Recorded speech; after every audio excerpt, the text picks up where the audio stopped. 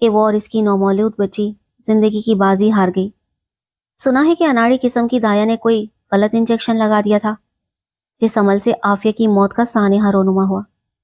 اگر وہ انجیکشن نہ لگاتی تو بچ سکتی تھی۔